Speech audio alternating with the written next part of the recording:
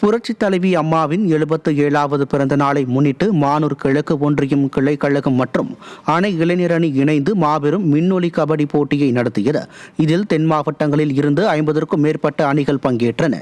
வெற்றி பெற்ற அணிக்கு மாநகர் மாவட்ட கழக செயலாளர் தச்சை கணேசராஜா ரூபாய் 20,000 ரொக்க பரிசும் வெற்றி கோப்பையும் வழங்கினார்.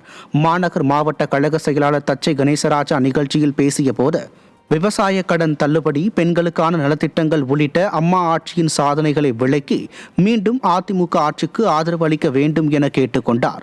இதில் மானூர் கிழக்கு ஒன்றிய செயலாளர் துரையூர் சேகர், மாவட்ட அம்மா பேரவை செயலாளர் ஜெரால்ட், மாவட்ட அவைத்தலைவர் பரணி சங்கரலிங்கம், மாணவரணி மாவட்ட செயலாளர் முத்துப்பாண்டி, மேலப்பாளையம் கிழக்கு பகுதி செயலாளர் சண்முககுமார் உள்ளிட்ட கழக நிர்வாகிகள் கலந்து கொண்டனர்.